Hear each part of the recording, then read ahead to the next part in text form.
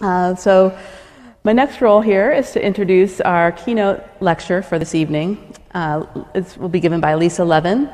She's a distinguished professor and Oliver Chair at the Scripps Institution of Oceanography, as well as Director of the Center for Marine Biodiversity and Conservation there.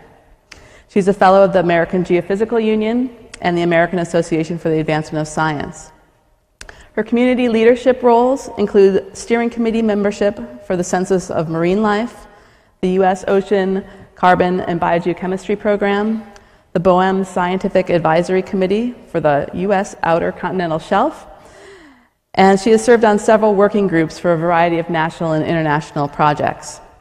Lisa's research interests include the biodiversity of deep-sea continental margin ecosystems, the influence of ocean deoxygenation and ocean acidification on upwelling ecosystems, wetland structure and function in the context of invasion, restoration, and water reuse, and finally, connectivity in coastal ecosystems. She has participated in over 35 oceanographic expeditions around the world and has served as chief scientist in many of them. Lisa is also founder and co-lead of the Deep Ocean Stewardship Initiative, which seeks to integrate science, technology, policy, law, and economics to advise on ecosystem-based management of resource use in the deep ocean and to produce strategies to maintain the integrity of deep ocean ecosystems. I think she typifies the merging of interfaces that we hope to highlight at this meeting, and we are honored to have her speak to us tonight. Please join me in welcoming Lisa to the stage.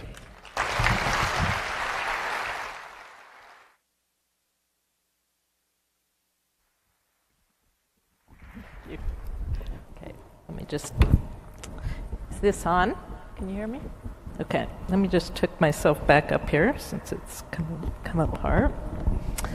Okay, well, everybody's busy expressing their wish that Jane was here, and I'm going to do that too. Jane, I wish you were here. Karen didn't say, I think I had 48 hours notice about this talk, but I'm really happy to have the opportunity to talk to you this evening. And I want to start just by acknowledging my co-author, Denise Breitberg. It's really conversations with her that solidified the purpose of this talk, really, which my goal is to raise awareness about oxygen decline in the ocean and also about the fact that it's happening on the coasts and in the open ocean as a result of climate change. Now, we've been very successful in recent years, as Margaret said, in communicating with many different groups about climate change. And I would say now many managers, environment ministers, and even world leaders are able to talk about global warming, the ocean warming, and ocean acidification. But you almost never hear them speak about ocean deoxygenation. And I've been told that it's actually hard to say ocean deoxygenation. But I want to point out that the word deoxygenation has the same number of syllables as the word acidification. And I'm hoping that by the end of my presentation this evening, that the term ocean deoxygenation will roll off your tongue and come to mind when you think about ocean response to climate change. Okay, so what am I going to do? What I want to do is talk about the evidence. What is ocean deoxygenation? Where is it happening? And I want to convince you this is not just a regional problem. Why is ocean declining? Why should we care that, did I say ocean? Why is oxygen declining? Why should we care about this? And I want to speak a little bit about what we can do about this. And I'm going to start by pointing out that oxygen has been the key to life on Earth, let me put this down here, for really billions of years. There have been two major, can you see the pointer there? Two major oxygenation events in Earth's history over several billion years ago. The first one led to the origin of the eukaryotes, and then one at the end of the Precambrian period led to the evolutionary explosion that really produced all the diverse life forms that we recognize today, or all the major forms. But just as oxygen can give us diversity and evolutionary novelty, it can take it away. So in the past, in the geological past, we've had many ocean anoxic events, shown here in red, and nearly all of these have been associated with major extinctions. But it's not really the past I want to speak about tonight. I just want to point out how important oxygen has been. I really want to talk about the present and a bit about the future. So I'm going to begin with a discussion of simply our basic understanding of how we get hypoxia in the ocean. And this nearly always begins with an input of nutrients. This might occur naturally through upwelling, or it might occur through runoff from land, often as a result of excess fertilizers. Anyway, the stimulation or the introduction of nutrients like nitrite produce or stimulate the production of phytoplankton, and often excess phytoplankton blooms. As the phytoplankton are consumed or die and decay, respiration by microbes leads to the consumption of oxygen and the production of CO2 simultaneously. And when this happens in the absence of mixing or oxygenated currents or other sources of oxygen, then we get hypoxia.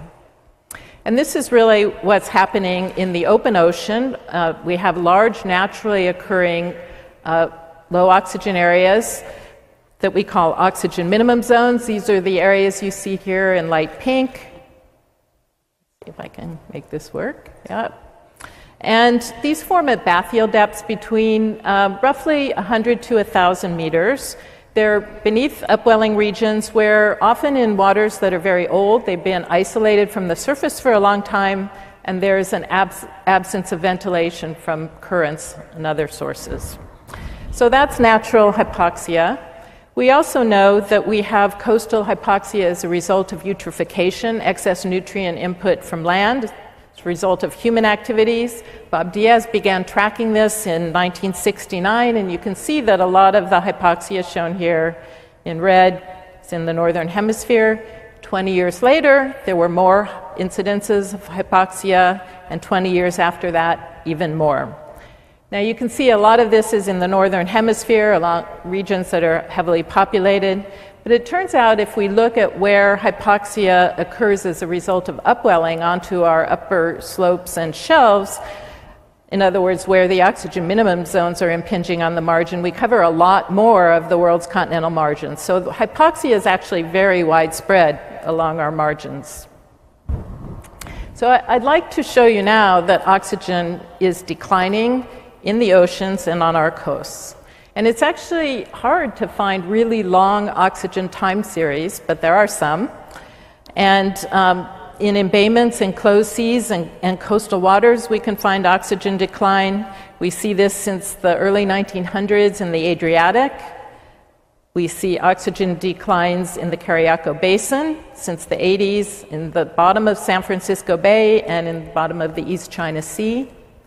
We have increased hypoxic and anoxic areas in Chesapeake Bay since the 1950s and 60s, and increases in hypoxic areas in the Gulf of Mexico also since the 1980s, although you can see there's a lot of variation.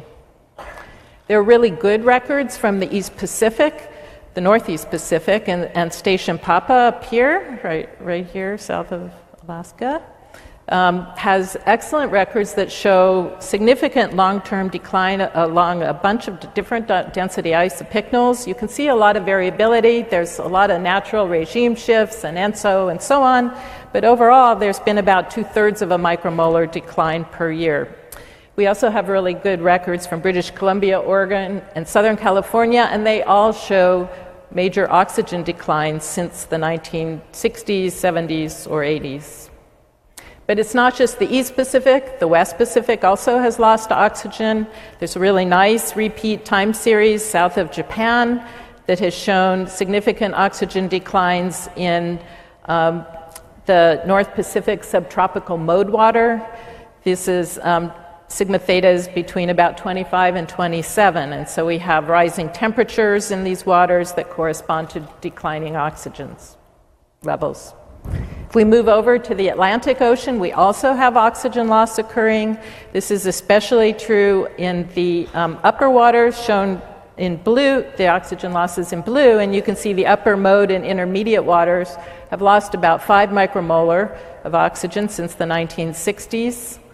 Whereas oxygen has actually increased in some of the lower intermediate and Labrador seawaters, that regions you see in red. So if you average across the whole Atlantic, it might look like there's been no changes in oxygen, but in fact these losses in the upper waters can be quite significant. Now, Strama et al., 2010, a paper that I was involved in, there was a synthesis of really a global data set that's shown very clearly that in the last 50 years there's been an increase in apparent oxygen utilization and a decline in dissolved oxygen between 200 and 700 meters throughout much of the subtropical and tropical ocean, and also throughout much of the East Pacific here. And in fact, at 200 meters, the area that's hypoxic or nearly hypoxic has increased by 4.5 million square kilometers since the 1960s. There have been other syntheses. Helm et al. had a very good one that used Argo data and local time series, and again, he synthesized oxygen changes between the 70s and 90s, between 100 and 1,000 meters, and you can see that much of the oxygen loss has taken place in the Southern Ocean, also in the Northeast Pacific, and even parts of the North Atlantic as well. So these are all retrospective, and you can see that oxygen loss is very widespread. In 2010, Keeling and co-authors published a fairly influential paper on ocean deoxygenation, and maybe that was the first paper to introduce the term. And they compiled a series of models projecting oxygen decrease by the year 2100, and you can see all these models predict somewhere between 4 and 12 micromolar oxygen loss globally. More recently, Bopp et al. Had a really nice compilation of 10 Earth system models which project widespread oxygen decline at intermediate depths. And on the left, you can see the projections under business as usual, RCP 8.5. They're very severe, but even under the very best emissions cut scenarios, RCP 2.6, we're looking at significant oxygen loss in the Southern Ocean and in the North Pacific. So why is oxygen declining, and is this really climate change? So how do we get from all the CO2 emissions, which you can see simulated here, mostly in the Northern Hemisphere, to oxygen loss in the global ocean? I'll have to switch here. And I would argue that this is all mediated by temperature. Much of this is mediated by temperature rise and the effects on solubility, on ventilation and mixing, on respiration, nutrient inputs, and circulation. And I want to talk just for a minute about warming. We know that the ocean has been absorbing huge amounts of heat that have resulted from CO2 emissions. Really, the number is sort of greater than 93%, I think. And a lot of this increase has actually occurred, half of it has occurred since 1997.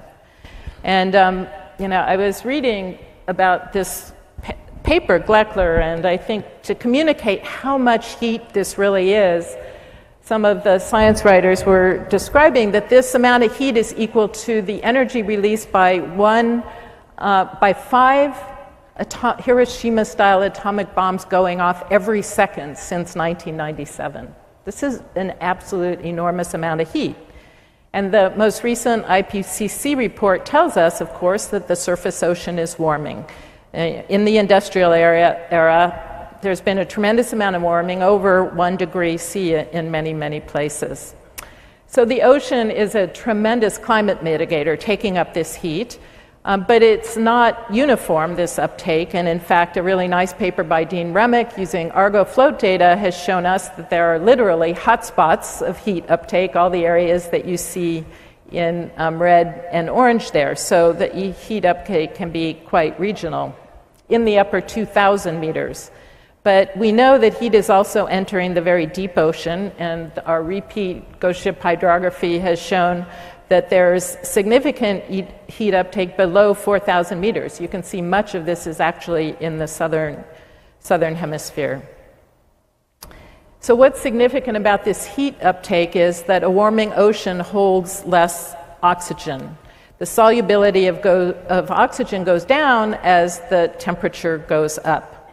And at the same time, warming, well, I should mention that approximately 15% of the oxygen decline that has happened between 1970 and 90 has been explained by simply temperature effects on solubility in the ocean.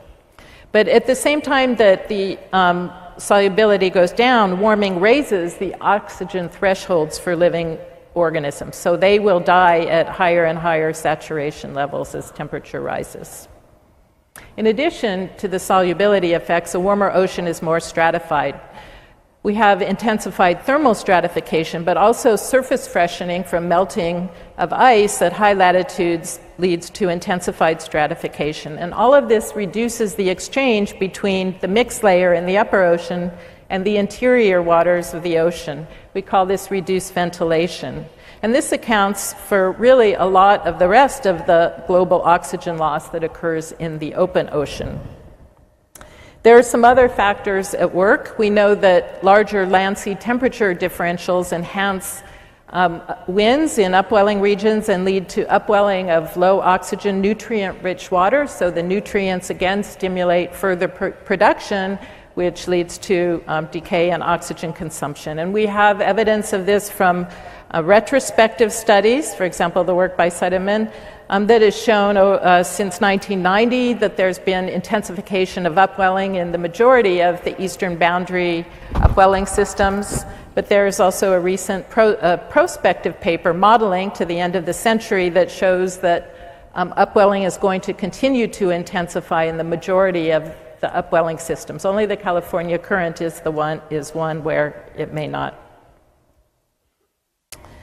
So not all the warming happens at the surface or from processes at the surface. It turns out that a warming ocean may release more methane via the dissociations of gas hydrates. These are buried along our continental margins, often between about 500 and 1,000 meters, maybe 400 meters. And these are the regions of the ocean that are warming and losing oxygen. And methane release fuels intensive oxygen consumption by aerobic methanotrophic microbes. And so we may actually have enhanced oxygen consumption in deep water as well. Let's see if I can advance. There we go. We know that there are also regional circulation changes that are driving deoxygenation. In the Southern California Bight, off Scripps, for example, the waters between 200 and 300 meters have lost something like 20 to 30% of their oxygen in the last 25 years. Work by Bograd et al. Has shown that this is associated with increased spiciness and an intensification of the California undercurrent, which carries Pacific equatorial water from the south to the north.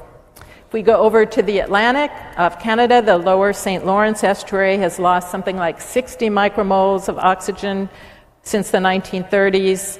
You can see, let's see if I can point here. I don't know where there we go. No? Not so good with the pointer here. There it is. So significant oxygen loss correspond to significant temperature rise, and this has been attributed to a decrease in the strength of the well-oxygenated Labrador current and an increase in the percent of North Atlantic central water that comes into the region, which has lower oxygen. So all the examples I've been giving you suggest, that all of this oxygen loss is happening in the open ocean or is influenced by the open ocean. But I want to point out that this is not the case. And in fact, warming increases the likelihood that nutrients coming off land will cause hypoxia in shallow and coastal estuarine waters. Something like 94% of the documented dead zones, Diaz's red dots that I showed you earlier, are in regions that are reported to experience over 2 degrees C warming by the end of this century. There are other things going on with warming in the coastal zone. In addition to reducing solubility and stratification, warming exponentially increases metabolic demand. and increases respiration, which lowers oxygen levels. Warming enhances remineralization and leads to increased nutrient availability and further production, so it's like a feedback loop. We also have warming leading to rising sea level, more shallow volumes, more stratification in the coastal zone, and sometimes, as a result, loss of wetlands, which are so important in removing nutrients that are running into the ocean. So again, another nutrient feedback. Warming leads to longer periods of seasonal hypoxia and early onset of hypoxia, and in some cases it can lead to greater incidence of harmful algal blooms, which also, as many of you know, can induce hypoxia. So there are all sorts of consequences of warming in the coastal zone. But beyond warming, we can look at the effects of carbon dioxide on land. They cause leaf pores to contract in order to conserve water reserves, and this increased water use efficiency by plants actually leaves something like 3 to 6% more water to run off land into the ocean, accumulating excess nutrients as it goes. We've also had tremendous changes in land use, tremendous increases in nitrogen use on land, and all of that is has led to a doubling of nitrogen loadings into the ocean in recent years. Warming, other kinds of climate change can involve precipitation that can exacerbate hypoxia. All the areas you see here in blue are regions where precipitation is actually increased, and pulse nutrient delivery leads to, can also, and increased stratification from freshwater, more flushing rates, soil erosion, and snowmelt all can also contribute or exacerbate hypoxia. So, I've shown you there are a lot of sources of oxygen loss out there linked to climate change. So why should we care about this? Well, I think most of you realize oxygen is essential to most life, at least aerobic life, and I think deoxygenation affects nearly all biogeochemical and biological processes in the ocean. What I want to do now is just show you some aspects of the consequences in terms of structural change and functional changes that lead to alteration of the ecosystem services that we rely on. I also want to point out, that I won't go into it, is that ocean deoxygenation alters the thermal and carbon and CO2 tolerances of organisms as well. So I'm going to start with body size. There was a nice paper some time ago by Rabelais et al. That shows changes in body size in different oxygen thresholds of different size organisms in the Gulf of Mexico. As hypoxia kicks in at 2 milligrams per liter, most of the nekton actually move away, those that can.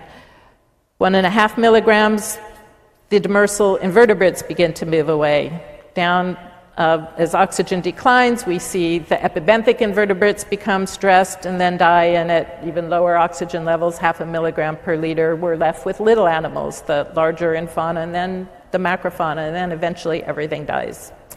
If hypoxia if oxygen levels go down far enough. We see similar changes in bodies. We see similar differences in oxygen tolerance with body size in naturally occurring oxygen minimum zones. I've worked on the Pakistan margin, and it's very clear that there are very, very strong thresholds. Between 700 and 1100 meters, the oxygen levels decline about 4 or 5 micromolar or I should say they increase. It's the bottom of the oxygen minimum zone. So at the very lowest oxygen levels, the communities are dominated by foraminifera. If you move a little bit deeper, 850 meters, the macrofauna kick in, the next largest organisms. If you move a little bit deeper, just a slight increase in oxygen concentration, you pick up the megafauna, often motile invertebrates. A little bit deeper, you pick up the fish, the nekton. And so there's a very sharp zonation in tolerance. In body size associated with different tolerances over a very narrow oxygen threshold, just a few micromolar. These changes correspond to major shifts in bioturbation. We see at 700 meters, where the forams dominate, fully laminated sediments, By the time we're down to 1,100 meters, again, with only a 4 or 5 micromole increase in oxygen, we have fully bioturbated sediments. This is associated with a very rapid increase in diversity across, at least of the macrofauna, across that zone. So again, very, very sharp thresholds with very little change in oxygen. Now, recently, Chung have projected that warming and associated oxygen loss will reduce body size of fishes by 20%, projected by 2050. Basically, rising temperatures increase the metabolic rate and oxygen demand of the fish, creating oxygen shortages at increasingly smaller sized fishes. So the other thing that happens as fish get smaller, they produce fewer offspring. So we may be looking at changes in fish production and that very important ecosystem service as a result of warming and changing that leads to oxygen shortages in fishes. I've mentioned several times that warming reduces organism tolerance to hypoxia. Deutsch et al. Have produced a very nice compilation of this showing the results for invertebrates and many vertebrates. They've calculated a metabolic index, which is the ratio of oxygen supply to resting metabolic oxygen demand, and shown that the metabolic index will be declining by the end of the century, and this is going to lead to, these metabolic constraints are going to lead to habitat compression with poleward and vertical contraction of the animals. They predict that a 1 to 4 degrees centigrade warming, they had calculated for this whole range, will reduce fish survival times under hypoxia from 10 to 36%, and will increase the threshold oxygen concentrations for high fish mortality from 7 to 26%. So on average, the metabolic index is going to go down 20%, but at high latitudes it could go down 50%. One of the groups that's going to be very much affected by the changes in temperature and oxygen are the midwater organisms in fish and invertebrates that migrate up and down. Turns out seawater concentration is the best single predictor of migration depth at a global scale, and this map by Bianchi, which actually shows the daytime diurnal vertical migration depth, actually looks just like a map of the upper boundary of oxygen minimum of zones around the world. So the DVM depth is set by oxygenation, and it's predicted that as our oxygen minimum zones shoal, so will the migration depths of these fishes. And there's been a lot of very good work using the Calcoffee data set by Tony Kozlow and co-authors. 2011, he had a nice paper that showed a very close relationship between the abundance of midwater fishes and oxygen concentrations between 200 and 400 meters. Recent paper, and I should say, yet another paper come out in 2015 that showed that these fishes have declined by 72% off Southern California, the midwater fish abundances. Recently, Netburn and Kozlow published a paper that shows that, in fact, the upper boundary of the oxygen minimum of the diurnal vertical migrating species is shoaling even faster than the lower boundary, leading to a spreading of the deep scattering layer. And Brad Siebel had a paper that very nicely reminds us that as the OMZ shoals and the fish and invertebrates migrate further up, they are being compressed not just from below, but from above. They're encountering higher CO2 and warmer water, so multiple stressors. Now, it's not just the little migrating things that are affected. There are very good data now from many years of work by Eric Prince that shows that big billfishes and tuna, which have very high oxygen demands, are experiencing habitat compression. You can see in this middle panel here, the tracks of the fish pretty much this is a blue marlin track, deep, where there's a lot of oxygen, and they shoal very much at low oxygen levels. And this is in the Atlantic. Turns out where oxygen is lowest and is decreasing the most is where the fish catches are highest. All the fish are being pushed up into shallower and shallower water, making them easier to catch. And this is certainly true for big-eyed tuna and other fishes. I'm not not advancing. Let's see. But this habitat compression by expanding deoxygenation is not just a midwater phenomenon. It happens on the bottom. This is a very nice data set from Saanich Inlet that just shows that when under hypoxia periods at the end of summer, species that normally spread out along oxygen gradients are all compressed. There's a collapse of structure and a homogenization of the community along the bottom, and all the species are pushed together and co-occurring under hypoxic conditions. Work by my graduate student Kirk Sato has been studying changes in echinoid distributions along the Southern California margin, also show that as oxygen has declined, a number of species like Lidocynus pictus and Spatangus californicus have actually been pushed upslope. Their depths have been shoaling while their densities have been declining. In contrast, we have a very climate change tolerant urchin, Strongylus amphitryotis down here, which has certainly not changed its depth. Sometimes it actually gets a little deeper, but its densities have been going up over this same period. But sometimes hypoxia can affect not big-scale processes, but the ambit of individuals. And there's a nice tagging study for copper rockfish that show that their foraging areas are significantly lower under periods of hypoxia than under normoxia. We have important offshore coastal connections. Many estuarine-dependent fish will experience, or I should say fish that depend on estuaries for nursery grounds may experience hypoxia in estuaries. This study from Elkhorn Slough by Hughes et al. Looked at sole and speckled sand dab and showed that recruitment was significantly reduced during the hypoxic periods and much higher during normoxia, with species richness also much higher in Elkhorn Slough during normoxic conditions. Now, oxygen can affect many, many other things. I've only highlighted, or oxygen loss, I should say. I've only highlighted a few elements. I want to mention food webs. We know that there can be an increased incidence of chemosynthesis under hypoxic and suboxic conditions through symbiosis, through the many bacterial mats that form, and through heterotrophic processes.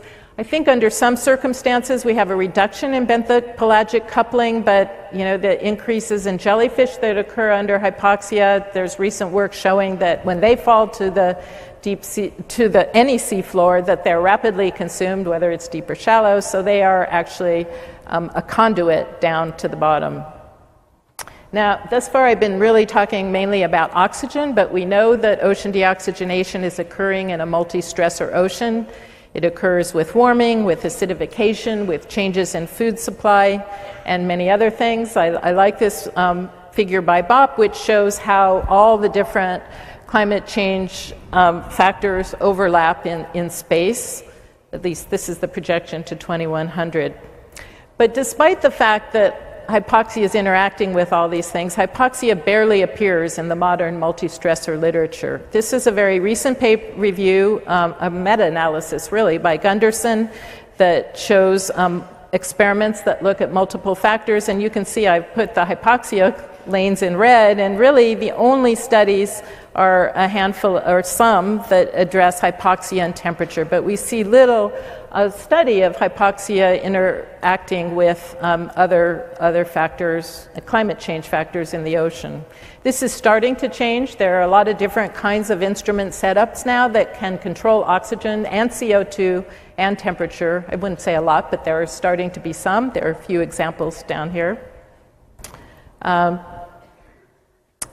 But there are other approaches beyond laboratory experiments. One can use natural gradients, and I have one example from Margins, work that I've done with Eric Sperling and Christina Frieder, and you can hear them talk about this on Friday in detail, but it is possible to use strong natural gradients, for example, associated with upwelling margins, to look at the relative contributions of oxygen, CO2, and temperature to variability. And we did this looking at diversity of macrobenthos, small invertebrates, at about 100 stations on the margin, and I'm just going to show you one result, and that is simply we used random forests as a variance partitioning tool.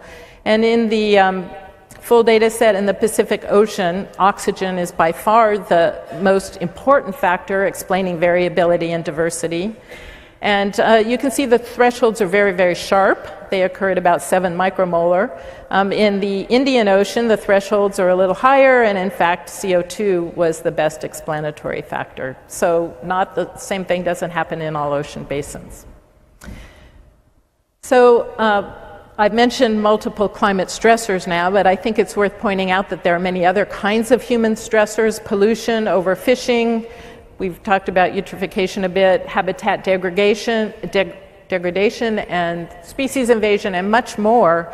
And all of this is interacting with ocean deoxygenation, of course, and the other stressors. So the question is, what do we do about this? Is there anything we can do about oxygen loss? Well, at the highest level, we have to reduce emissions of carbon dioxide and other greenhouse gases, as well as inputs of excess nutrients from land.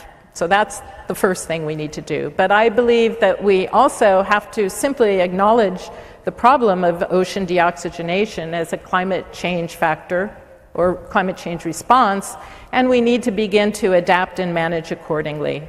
And there are a number of things we can do. We may consider shifting our fisheries to climate-tolerant species and away from those that are not. We can look at applications to designation of marine protected areas. Do they experience hypoxia or seasonal hypoxia? Are there regions we need to protect? There are many more things, but I think we need to do much more research to understand the causes and consequences of ocean deoxygenation. I think we need to expand our oxygen observations globally. We're starting to do this for acidification, and many of those sensors have oxygen sensors, but we really need to be placing oxygen sensors around the world, including in developing countries. That means we need affordable sensors, and we need to be making deep water measurements. And just as one example, I show you a nanolander that was developed by Kevin Hardy and my grad student Natalia Gallo. This is a small lander that can measure oxygen at hundreds of meters and can just be pushed off and recovered from a small boat relatively inexpensively. And then the final thing I think we need to do is unify our expertise. We need to bring together the coastal and open ocean researchers. We need to bring together the communities of researchers that are studying acidification and warming and deoxygenation. We need to bring together the physicists, chemists, and biological scientists. And we need to bring the academicians together with the regulators and policymakers to discuss this problem. And in that vein, I want to mention that the IOC has recently formed the Global Ocean Oxygen Network, GON, and they are tackling many of the kinds of issues that I've just been discussing. And one of the leads, Denise Breitberg, is here. You can talk to her if you're interested. And if you want to hear more than you have already about ocean deoxygenation, I turn your attention towards Tuesday, where there are 2 oral sessions and a poster session on the topic. And for those of you who are interested in the problem in deep water, there is a town hall, the Deep Ocean Stewardship Initiative, on Monday night, and one of the working groups there is a climate working group to address this. And with that, I will thank you and take questions.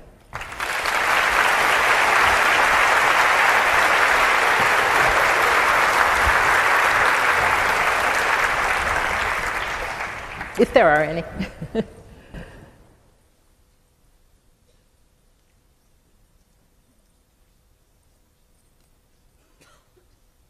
Please come up to the microphones. I have a question. Oh, my microphone on. Great talk, Lisa. So I was wondering if you think there are any potential feedbacks. Are there limits to deoxygenation? Or are there feedbacks that might keep this process in check? Well, there are sources of oxygenation.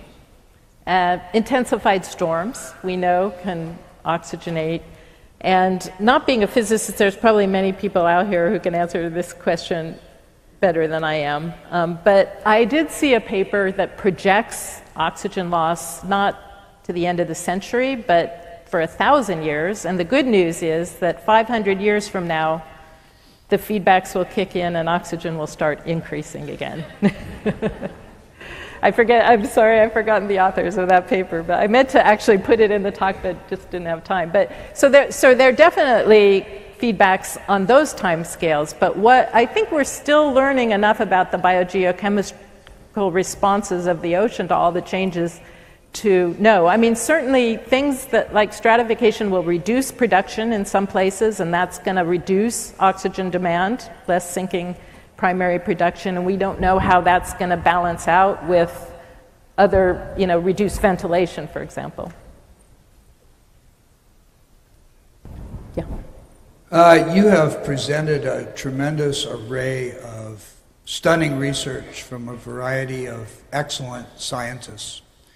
And you and others this evening have synthesized that work in order to make huge progress for us moving forward on national and international political venues that are leading to understanding not only things that we've known for a long time, but things that are new like this that are intuitively obvious perhaps, but extremely exciting when correctly synthesized. And I'd like to thank you and the other speakers this evening for helping our society really move forward in the national and international venues. And nice job. Keep going. Thank you. That's an easy question.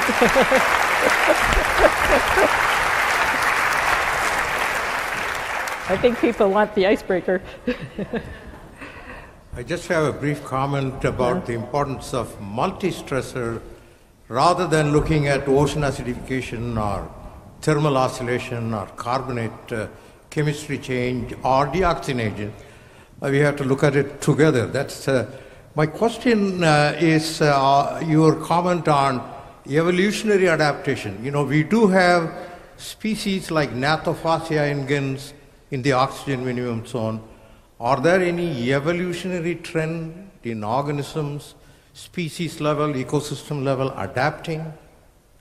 Well, there's a long history of species adapting to low oxygen. The diversity in low oxygen regions is much lower, but when low oxygen persists at bathyal depths, we know that there are species there that tolerate those conditions. And this is what I mean about climate change tolerant fisheries. We may be able to find species that are already pre-adapted, but also we know relatively little about the shallow water species' ability to adapt. There's some thought that upwelling systems select for species that experience periodic hypoxia and may be more adaptable. But that's a very active area of investigation now. Anybody else? I can't see out there actually with the lights. Is that it? Okay.